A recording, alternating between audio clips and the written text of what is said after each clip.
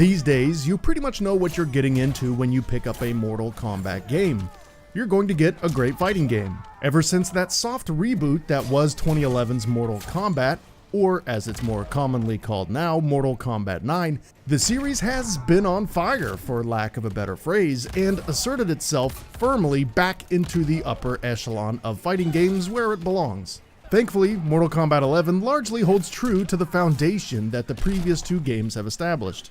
First and foremost, the fighting itself is fantastic. It's never been better. Not that there was any doubt on my end, as MK11 had a pretty easy path to nailing the combat by largely just sticking to what the last two games have already done and just refining it. Just like I was suspecting in my first impressions video I made a few weeks back, the feel of MK11 is pretty similar to MKX.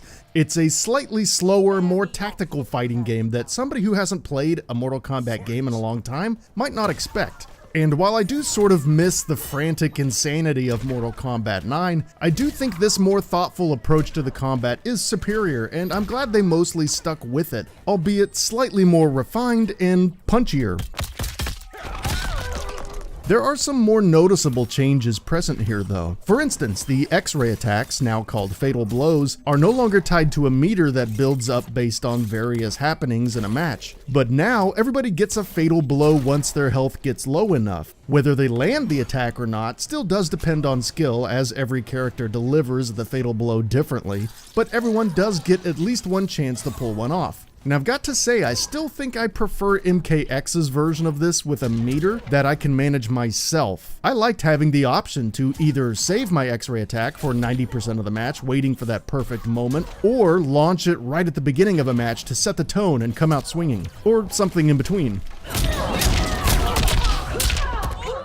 Outside of that, I'd say everything else about the fighting in MK11 is an improvement. The crushing blows that deal lots of damage based on various conditions being met are a lot of fun to figure out. The balance between the characters is about as finely tuned as anybody can realistically expect at this point, and the infamous fatalities and brutalities are just as gruesome and savagely satisfying as they've ever been. Every time I pull one off, I can't help but crack a little smile of demented glee while simultaneously questioning the validity of the human race.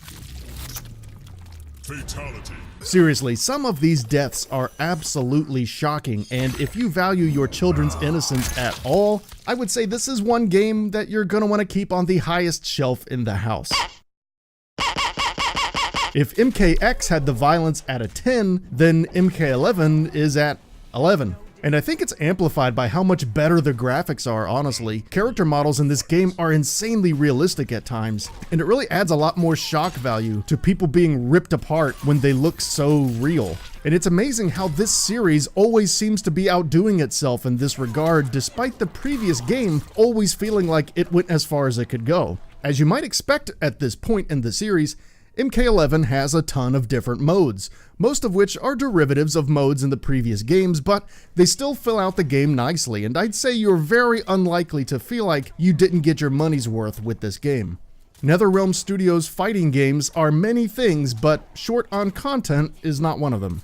The story mode in particular shined quite a bit for me. I've always liked how these new Mortal Kombat games do those story modes, and this one is arguably their best one yet. The tone is just as outrageous and purposefully pulpy as before, but now the writers and the actors really stretch their legs with lots of great interactions between past and present versions of the characters, as well as a handful of twists and turns in the story that were surprisingly impactful for a story as ridiculous as this is. My only gripe is the choice to put Ronda Rousey in as Sonya. I can understand why that might have seemed like a cool idea on paper, but honestly, she just isn't very good, and that's not really even her fault because she's not an experienced voice actor, at least not as far as I know.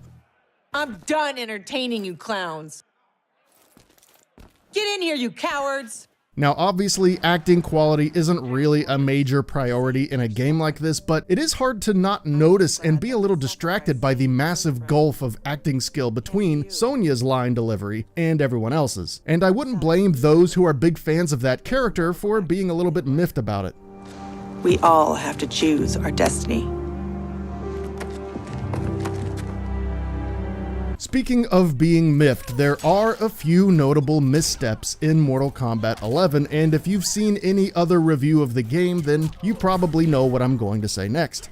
The augment system just sucks. When I saw this in the beta, I was afraid that it would get too cumbersome for its own good, and it brings me no pleasure to say that I was 100% right about that. There are lots of augments for each character, which is great, but only certain augments fit certain sockets for certain characters. So that makes getting things that you want needlessly complex right off the bat. But what's worse, the entire problem is infinitely compounded by the fact that the entire system is locked behind the same shitty randomized reward system that has bogged down countless games over the past several years. It serves no purpose but to push the player towards spending money just to have a chance at getting the things they want. I mean, seriously, what the hell happened to just earning experience points and spending those points on the things that I want? Why is that so hard? Why is that not in games anymore?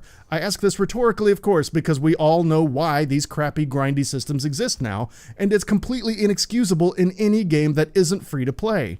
NetherRealm has said that they do intend to rebalance things so that you can earn more coins in-game and reduce that grind, which will help generally for unlocking things like fatalities and skins in the crypt. But as long as that basic structure is in place and it's tied to the augment system itself is far too time-consuming and more or less ruined for anybody that has literally anything else to do in their life. I kind of just ended up ignoring it entirely and focusing more on the one-time use consumables that can alter various aspects of a match when you use them. That aside, I do like the customization as far as outfits and swapping out special moves go. Instead of choosing between 3 predetermined sets of character traits like we did in Mortal Kombat X, you can now get the exact moveset and outfit that you want, which is pretty cool, and it makes you stand out more online. Speaking of online, modes like King of the Hill and Large Rooms are back for this game. These are some of the things that set Mortal Kombat apart from its contemporaries, so I'm glad to see them here. Also, it's worth mentioning that I've had probably the smoothest online play I've ever had with a fighting game this early after launch. I have definitely encountered some lag here and there, but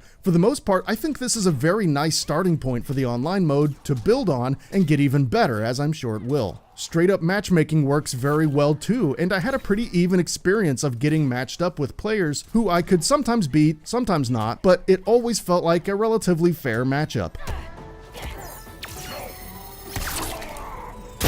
Mortal Kombat 11 at times gets feverishly close to being a perfect fighting game, particularly when it's not getting in its own way with stupid casting decisions and dangling cool augments in front of you like a carrot on a grindy treadmill of disappointing randomized items that you generally don't want. The core gameplay that has been ever so slightly refined since MK9 and seasoned with a few things that worked out in the Injustice games is as sharp, fun, and tense as it's ever been, and the wealth of different modes and options ensures that you can get a lot out of this game if you want to. Some completely unforced errors do keep it from being the total and complete triumph that it could have and really should have been. But Mortal Kombat 11 still manages to handily serve up a fitting capstone for the modern Mortal Kombat trilogy.